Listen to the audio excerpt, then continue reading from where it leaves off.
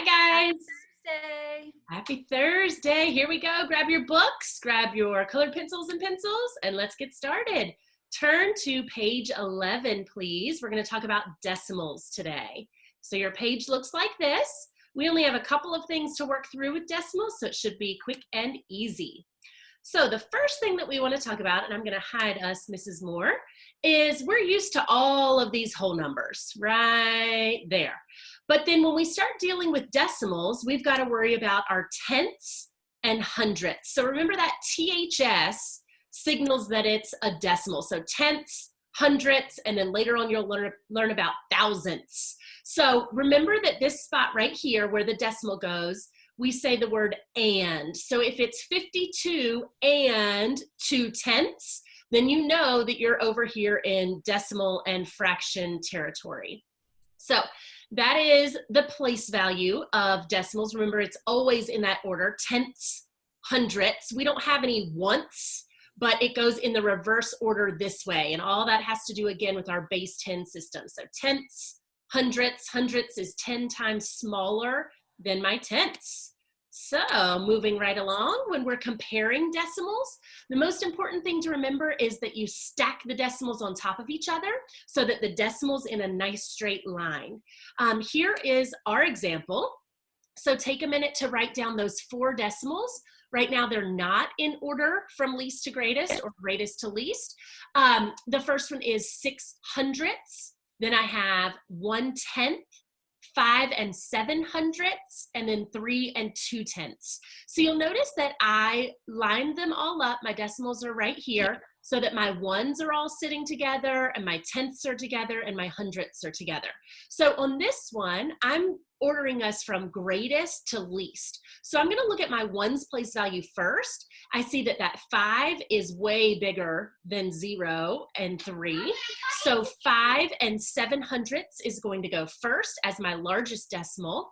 Then my 3 would go next, 3 2/10. And for those, I don't even really care what's happening on the right side of the decimal. 5 is bigger than 3, so he goes first. For the last two, I've got to now move to my tenths place value. And I see that I have 0/10 versus 1/10. So that 1/10 is going to be larger. Notice here that I filled in these blue zeros so that I had 10 hundredths and 6 hundredths.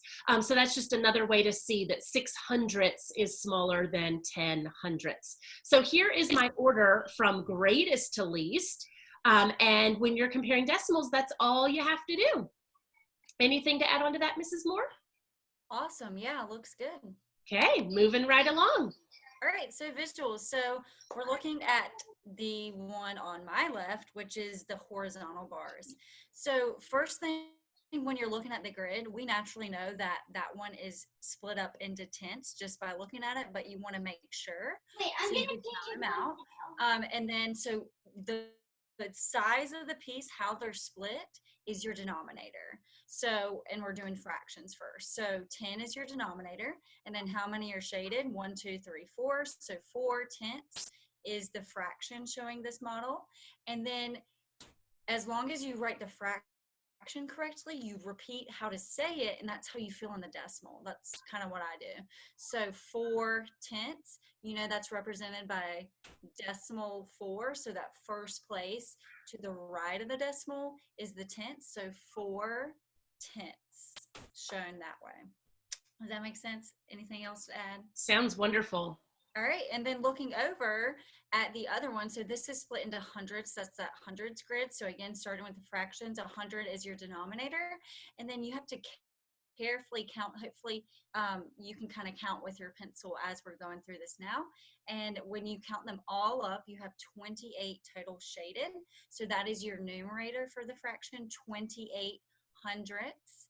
And then notice how you say the fraction should match the decimal. So 28 hundredths. So you read that digit for the decimal, the actual number's 28, and then where that last number is sitting is then kind of like the last name of the number. So 28 hundredths is the decimal. And that can be shown with a 0 in the front or just decimal to 8. And that's it. Perfect. And then naming decimals, kind of like what I said before, as long as you read it carefully and write it carefully, I always read it a few times and make sure that they match. So notice for 1 through 4, we're going from word form to number form or standard form for decimals. So one and, that and represents a decimal. So for this one, it's one whole and part of a whole, which is what the decimal is representing. So 1 and 35 hundredths is written 1 decimal 35. So 1 and, make sure you say and 35 hundredths. And then 2 5/10ths, that's easy. You put your 5, you know, to the right of the decimal, it's sitting in the tenths place. So there it is. 3, easy as well, 7 hundredths. You have to be careful and not just put the 7 to the right of the decimal, because if you put decimal 7, that would be 7/10ths, not hundreds. So don't forget the 0. So 7 hundredths, make sure you have the 0 before. And then remember in class, I used to say, think of money and pennies. So that can kind of help check you there. And then number 4, I see the and again, so I know it's going to be whole number and a decimal. So 55, and that's where you write your decimal, 9 hundredths. Again, just like number 3, be careful with that 0. 9 hundredths, you have to have that 0 in front of it for it to actually be representing hundredths instead of tenths. So that's kind of the only thing that can be confusing. Anything else? Nope. I think that's it. The only thing I maybe should have shown on this is showing it as a fraction too. So just remember that 1 and 35 hundredths can also be 1 whole and then 35 over 100. Fractions and decimals can go back and forth like that. That's the only thing that I forgot to put on here. Yeah, and that you could check and make sure that it matches too. Yeah. All right, here are your questions. If you'll pause us and take a minute to solve those and then come right back. And here we are. So, I'm sorry, you go with number 1. Okay, simple. Which number is the largest? Actually, you can get tricked on this if it's not lined up. So I know for A, 91 doesn't have a decimal there. So what I would do is I'd put the decimal there and fill in all the zeros. So all of the numbers would have a 0, and then I'd fill in a 0 beside that 9. So you're all looking at hundredths. And then the largest number is 91 because you start with the largest place value, 10, yes, tens and then ones. So all in the tens, there's a 9, and then the only one that has a larger number in the ones is the one that is sitting with 91. So A. Perfect. All right, in number 2, I just kind of looked at my answer choices first. I noticed that in A, it was comparing 36 and a little more to 36 and a little more. B was 27 versus 26, and they actually had the less than symbol there, so I knew that one wasn't right. So I just marked it out. 47, 47, 65, 65. So I kind of checked my whole numbers first, and then I realized, oops, I need to go to the decimals, so let me stack them. So 36 and 8 hundredths, I put 36 and 1/10 right below it, but then I filled in my 0, so I'm comparing 8 hundredths and 10 hundredths. 10 hundredths is bigger than 8 hundredths, so again, they had the symbol turned the wrong way. On C, 47 and 2/10ths, 47 and 22 hundredths, again, we stacked them up. I added a 0 right here so that I could compare the 20 hundredths to the 22 hundredths. 22 hundredths is larger than 20 hundredths. They are not equal.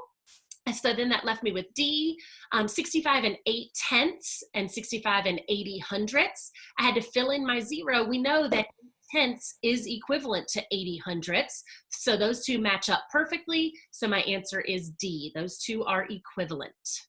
Awesome. Great explanation. I loved hearing all your thinking there. And for number 3, so the first thing that sticks out to me is these are not the same size pieces.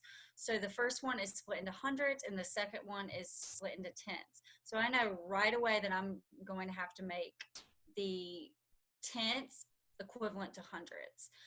That's just the easier way because of the multiplying by 10. So in the first one, that one you just count up. You see your 3 rows of 10, and then you add your 6. So that is 36 hundredths represented there. And then for the tenths bar, you know that 4 tenths is what is shown, but again, we have to make it equal to 100. So you're going to add in that 0. That's the same thing as saying 4 times 10 is 40. So now we have 40 hundredths and 36 hundredths. Well, I know 40 cents is bigger than 36 cents. So now I just have to look at all my answer choices and see which one matches. For the answer choices, you see that some of them do not have that 0 drawn in. So we're picturing that invisible 0. And A, 36 is not bigger than 40 hundredths. We just said that, so mark out A. B, oh, that one seems right. Yes, 36 hundredths is less than 4 tenths or 40 hundredths. So we think it's that. Definitely not C, they're not equivalent. And then D, the arrow is facing the wrong way. So B is the answer. Great. So number 4 almost tricked me because I did not pay attention to my ones. So if you look, it's looking for the smallest value. So at first, I just skipped right over to the decimals.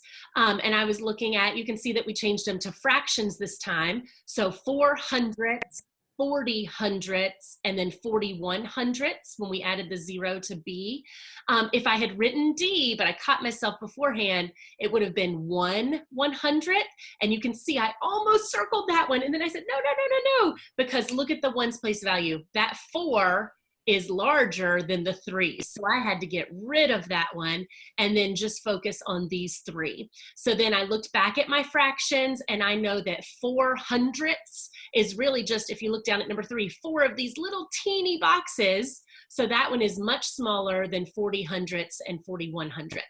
So my answer is A, 3 and 4 hundredths. So always pay attention because yes, good catch there. You got to look at the whole number. All right, number 5. Which number is a multiple of both 9 and 6? So multiples are when you're counting and it's the number that you land on. So we listed multiples of 9 and 6 on our paper. The first one that we hit is 36 because we know 9 times 4 is 36 and then 6 times 6 is also 36. So B, 36 is your answer. And then on number 6, which one has the largest value? These were already lined up for me, so I didn't have to even rewrite them.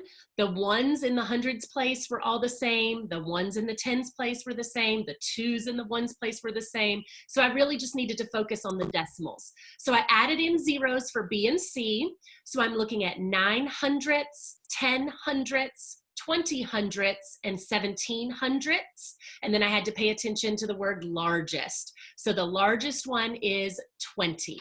So my answer would be C. And that's it. Those are decimals and last video of the week. Yeah. So we're done. Remember, 4 choice board activities this week. So even if you need to spend some time tomorrow getting a few things done, get that done, turn them into us, and have a good rest of the day. Yes, and fractions are very important in 5th grade too. So all that stuff we worked hard on, this is a great review. Practice, don't forget it, and you'll be ready for middle school. Yes, and even this summer, I'm sorry, Mrs. Moore, you just reminded me, go on IXL. When we're all done with all of this, keep practicing. Pull up the old choice boards. You can keep doing all of these activities just to keep your skills sharp so that when you get to 5th grade, they are really impressed with you guys. Especially all the little extra lessons at the bottom of each of these anchor chart pages. There's 3 different websites to use. You'll not miss a beat if you do some of those.